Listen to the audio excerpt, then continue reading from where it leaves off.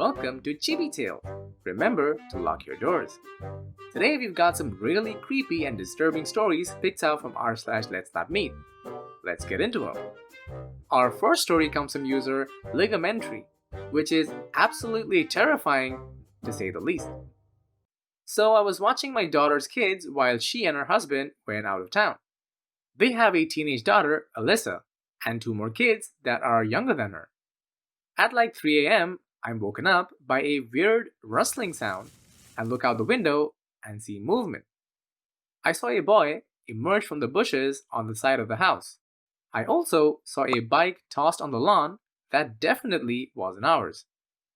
My first thought was it was a burglar casing houses, but since he looked young and came on a bike, I figured scaring him straight would be enough for him to decide to head home. I didn't want to ruin a teenager's life by calling the cops straight away.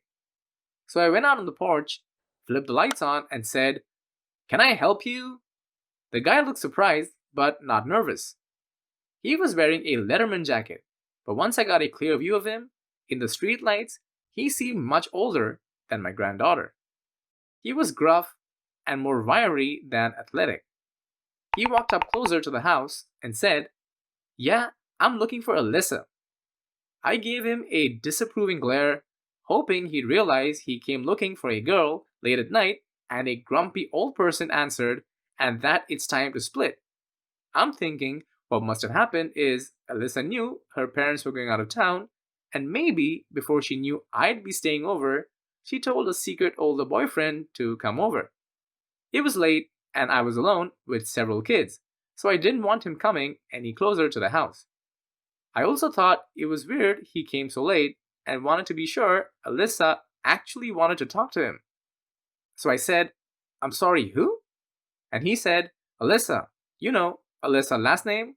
This is her house." I thought, since he knew her full name, they must be at least friends. I said, "You wait there." He started to walk up and I felt a sick burning in my gut. Instinct kicked in. I yelled, "No! Stop! Freeze!" Then readjusted and said, "You stay right there. This is private property. Don't take a step closer. Wait. There." So I go in and Alyssa is asleep, just one room over from where the rustling first occurred. And I wake her up and say, "I don't know what the big idea was to have friends over at this time of the night, but you tell them to go home." She has no clue what I'm talking about. I say, "There's a guy outside asking for you." Confused, she gets up and goes to the window. She sees him and goes white as a sheet. He asked for me? Yeah. By name? Yes. Call the police. I have never seen him in my life. I called 911 immediately, but as soon as I was on the phone with them, Alyssa started tugging at my arm. He's coming up. I had younger kids in the house to think about, so I kept the door latched and pulled it just open enough for the latch and yelled, "I asked my husband and none of us know an Alyssa last name. Leave my property or I'm calling 911." He got angry and started yelling for her to come out.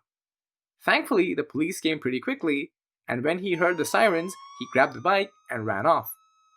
I watched where he was running, and he jumped into the passenger side of a car without headlights or front plates and sped off. The police followed in the same direction once I pointed them, but they didn't get him. They advised us to take all of her social media details offline, if I was sure she didn't know this person, and said they had a couple similar reports recently and were looking into it. I got a heavy-duty lock, and she slept in my room for the remainder of my visit. Whoa, if he had a getaway car ready, it means that he had some real sinister intent. Thank God for the police. What do you guys think the guy's intentions were? Comment below. Our next story comes from user Staring Void, whose quick thinking quite literally saved his life. So, a few years ago, I was renting a house in Northern California. The neighborhood was just outside the suburbs. It seemed like the perfect balance of having space and having nice neighbors close enough not to feel isolated. The area had no streetlights, so it was very dark at night, especially if there were clouds blocking the moonlight. It didn't bother me though. It just made my little house feel even more quaint on dark nights. So I got home from work one day in midwinter. It was a cloudy night, so pulling up to my place, I saw only what my headlights and front porch light illuminated. When I got out of my car, I caught a whiff of cigarette smoke. That was odd, as I had never smelled that before around that house. I didn't see anyone nearby, so I ignored it and went inside.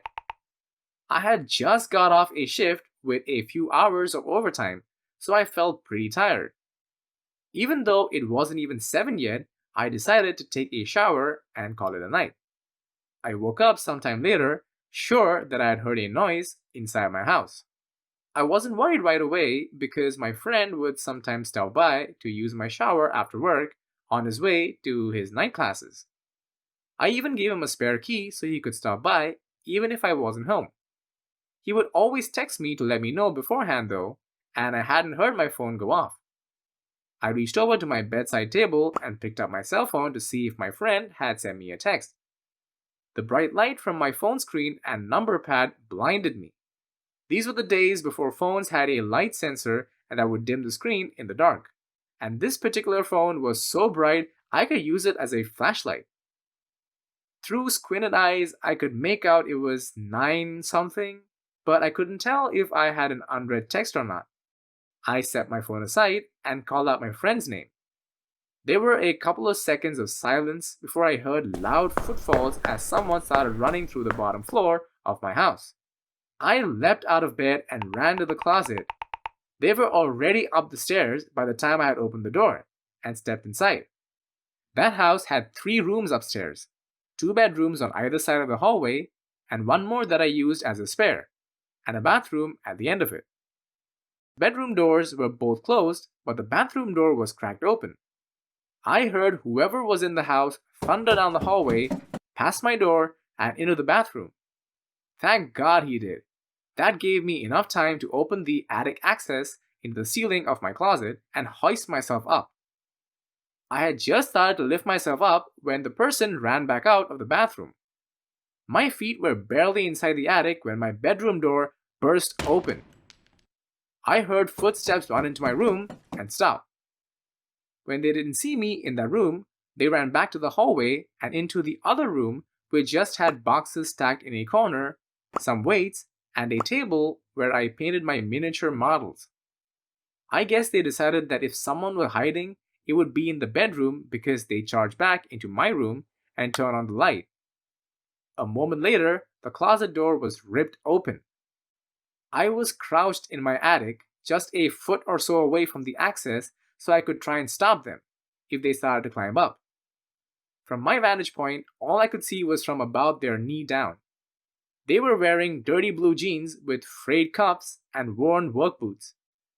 After a few seconds of looking in the closet, they stepped away, and I heard a loud crash come from my room, followed by a scream of frustration and anger.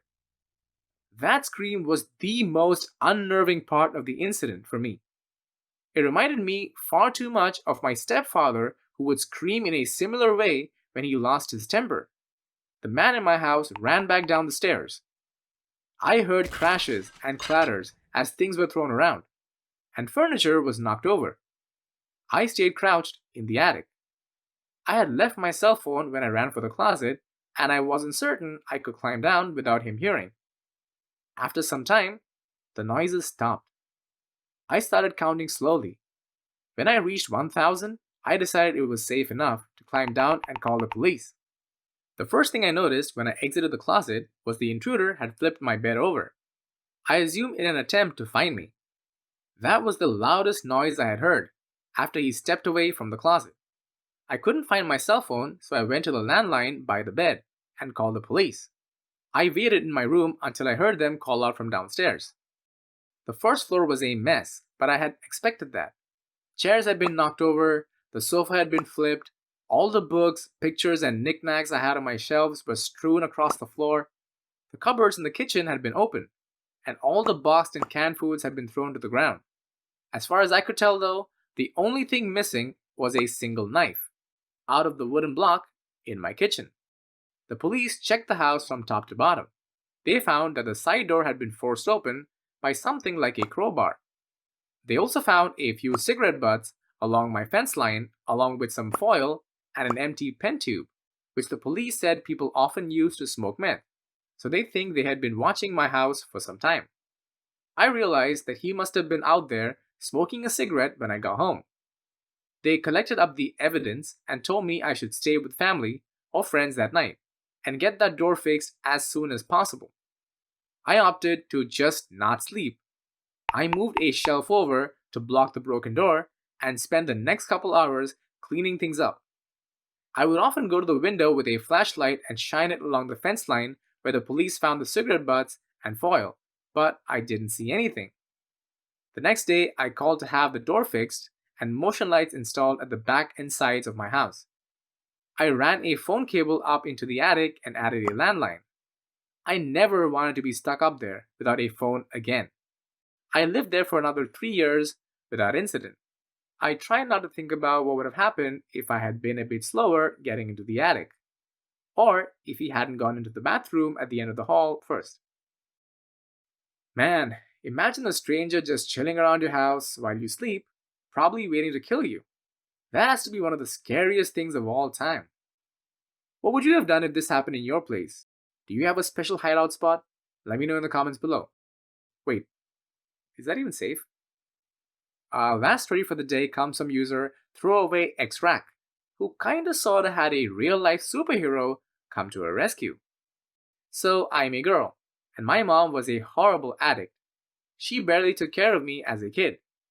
At the time of this incident, I was around 6 or 7, so my awareness and understanding of things happening may not totally make much sense. This happened in the 90s. One night, my mother and I were on a car ride. I wasn't sure why we were driving, but it was late at night, and I'm not sure what time it was, but I assume it was really late because there weren't many cars on the street, and I was sleeping in the back seat. I don't even remember getting in the car. My mom drove up to some sketchy house and left me in the car for what felt like forever. Suddenly, the car door swung open, and someone violently grabbed me by my arm and yanked me out of the car. I started screaming and crying until the man that grabbed me looked in my eyes and said, "Be quiet and don't try to run or I'll kill you." He had a scruffy beard and looked like a madman. I was scared to death, so I listened. He held me tight by my arm, shut the car door, and walked me down the street. I looked back at the house my mom was in, hoping that my mom would come out at the last second and save me. I looked at the house as long as I could as the man dragged me further and further away. As we walked down the street, I wanted to cry, but I was in shock and in fear. I didn't know what to do. If I sniffled or cried, the man would tighten his grip and yell at me. I can't even explain how scared and confused I was. We walked for a little while and ended up in the projects. The projects were a bunch of buildings crammed together in a shitty neighborhood. We walked into one of the buildings and walked up a flight of stairs. My legs and feet hurt like hell, but I was too scared to stop moving or complain. We walked up another flight of stairs when I saw some random guy smoking a cigarette in the stairway. Then, without warning, the guy that kidnapped me fell to the ground. I didn't know how the kidnapper fell to the ground so fast, but the next thing I remember is the cigarette guy was punching and kicking the kidnapper in his head and face. The kidnapper was out cold. Cigarette guy picked up the kidnapper by the back of his jacket and threw him down the stairs. You have no idea how scary and how violent it is to see an unconscious man fall down the stairs. To this day, I still have a fear of falling downstairs. He bled everywhere. I have no idea how cigarette guy knew to help me, but I'm so glad he did. Maybe he could see tears in my eyes. Maybe he just picked up on something and had a bad vibe, but he acted instantly. The first second he could, he attacked my would-be kidnapper. Cigarette guy starts pacing back and forth, swearing at himself, gritting his teeth, and clenching his fists. I thought he was mad at me, so I started to cry. He looked at me and said, Okay, shut up, shut up. He had an attitude, so I listened to him out of fear. I wasn't as scared of Cigarette Guy as much as the bearded guy, but I was still in fear of him. He started to ask me questions with an attitude. Why are you out this late? Where are your parents? Why would you talk to strangers? I was in so much shock and confusion, I couldn't answer the man's questions correctly. He asked if I knew my way home, and I told him I didn't. I told him a broken story about what happened, and somehow, with the information I gave him, he knew where my mom's car was. The only thing I remember about the road is passing a house with Christmas lights on it, despite Christmas already being over. I think he knew the area well enough and figured out where I needed to go from that information. But I honestly don't even remember telling him about the Christmas lights. Anyway, he told me he would take me back if I promised over and over that I wouldn't tell the police that I saw him or anyone that looked like him, and made me promise. I didn't care what he asked me, and I just wanted to go back to my mom, so I agreed. I followed him down the stairs. The bearded guy was still lying on the ground, bleeding, at the bottom of the stairs that cigarette guy threw him down. He wasn't moving at all, and for all I know, he was dead. And I hope now that he was. Cigarette guy stepped over the bearded guy, and I followed him. We walked outside, and cigarette guy looked around panicky. I remember him telling me, "The police don't like me." We walked out of the projects, and my feet still hurt. Cigarette guy was walking fast in a panic, and I had to basically jog to keep up with him. I started crying, and he asked what was wrong. I told him my feet hurt, and I remember him sucking his teeth and picking me up with an attitude. He awkwardly cradled me in both arms. He walked down the road for a moment, then I remember him swearing and running behind a house or a building. A cop car was driving down the road. He put me down and told me to run to the police car. I tried to run, but my legs could barely move, and I was scared. The cop car kept driving and rode away without seeing me before I could even get remotely close to it. He kept swearing to himself as he picked me up again and ran down the street. He took me behind a lot of houses and hid from every cop car that drove by. I assume now that the police were looking for me. He carried me in both arms, running fast down the road when I saw my mom at her car in the distance. She was surrounded by the police. Cigarette guy put me down and told me to run to the police. I got so excited the pain in my legs disappeared. He put me down and ran away. I ran towards the police and my mom. My mom picked me up and hugged me tight. The police started to ask me and my mom questions. I don't remember too much about their questions, but I remember my mom telling the police some convoluted story that just didn't make any sense.